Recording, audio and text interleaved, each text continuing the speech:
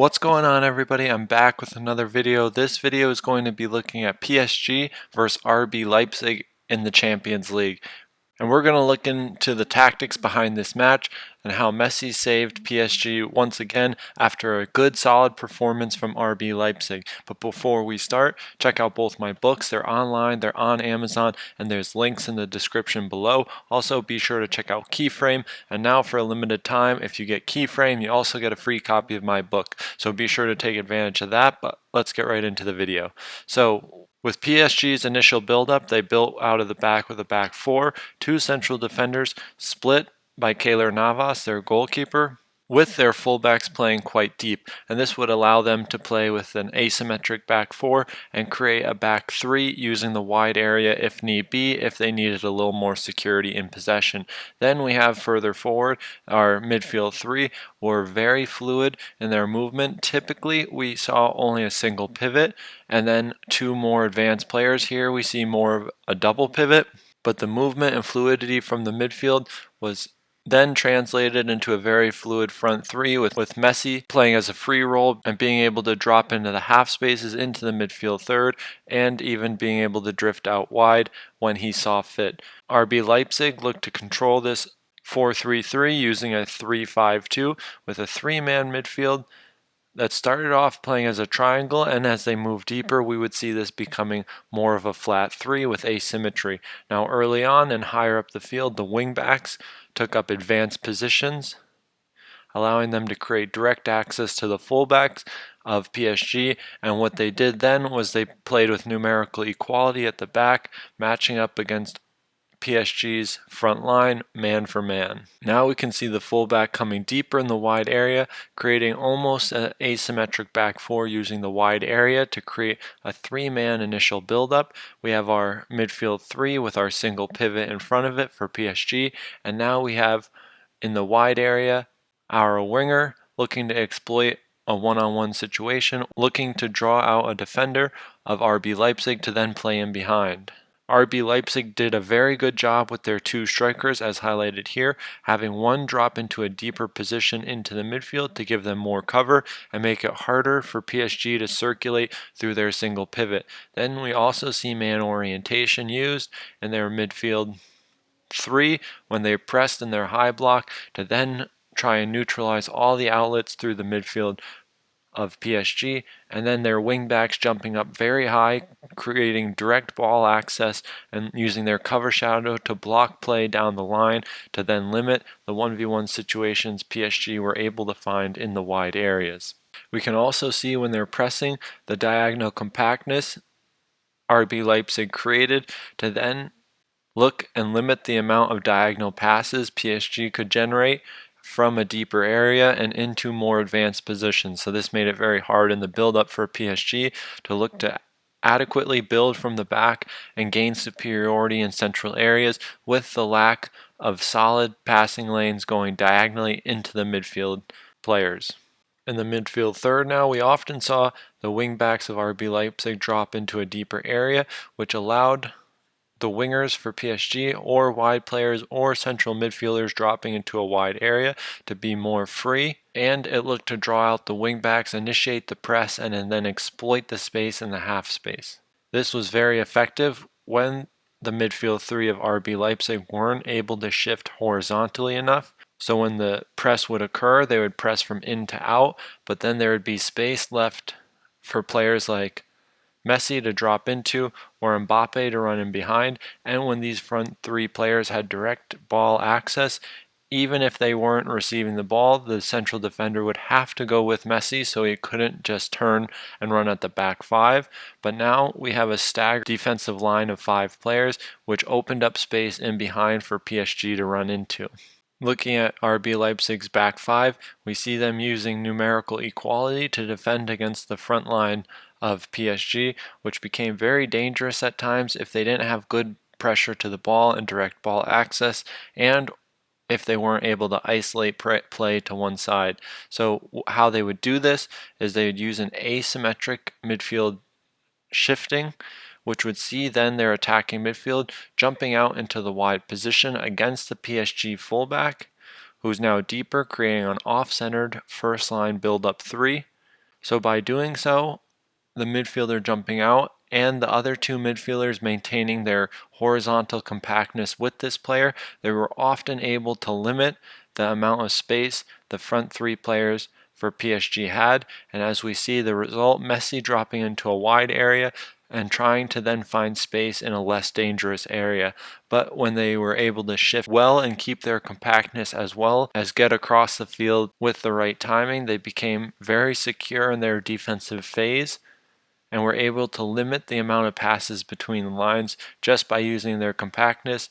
and their cover shadows. Now in the second half, we see similar principles from PSG with their deep fullbacks on both sides now, so almost creating a flat back four in their initial build-up, creating more space in the wide areas for Messi and any other midfielders or wingers that may drop into this wide position. They then play with their clear triangle midfield, almost playing with symmetry in this instance, going with a single pivot and two attacking midfielders, which would have Messi respond to picking up a wider area. But what became really dangerous for RB Leipzig was when they had their three midfielders controlling the central corridors with their two forwards blocking off access to this single pivot. We then saw RB Leipzig defending with a 3-on-3 situation at the back with their wingbacks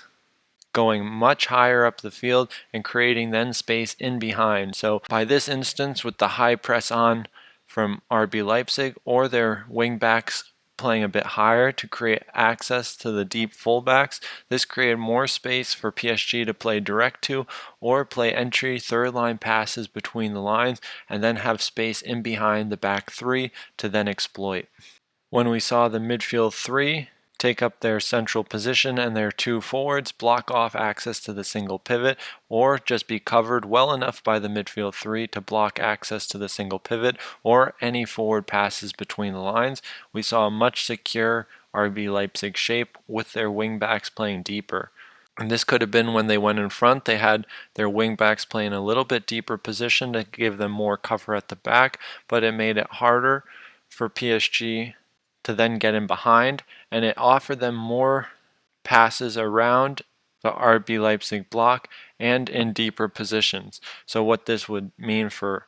RB Leipzig is when the ball would be played into the wide area and not break any lines, they'd then be able to shift out and forward to then better isolate the play in the wide area and arrive while pressing further forward in these wide areas rather than starting higher up the field and potentially getting beaten behind. We did see a well-connected back five though for most of the game from RB Leipzig with excellent spacing between them and vertical partnerships with the midfielders, which were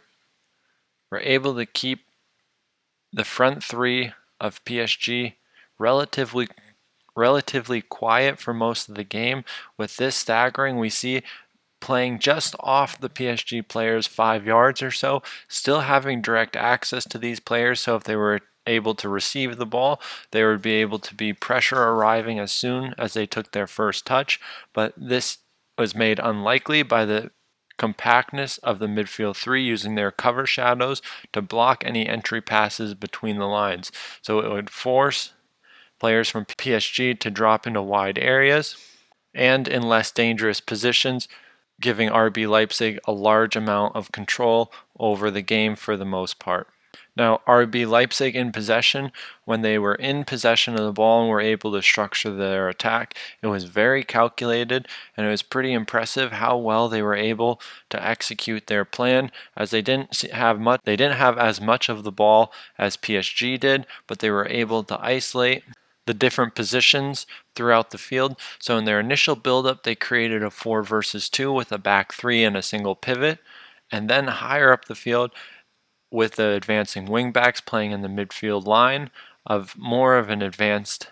with the two attacking midfielders in the same line as the wingbacks. This created a 4 versus 3 against PSG's midfield. So from here, they would then have to then pin the back four with their two forwards. And they were able to do this through central positioning and positioning just on the shoulder of the central defender. So if a fullback were to jump and press a wing back, there would then be space in behind to exploit, or there would always be a free man if two players successfully pinned the back four. And if nothing else, this gave them a higher level of flexibility for the two forwards to drift into wider areas if the wingbacks had to drop, and it also gave them a higher capacity to use vertical interchanges with their attacking midfielders to free up space using dynamic movement.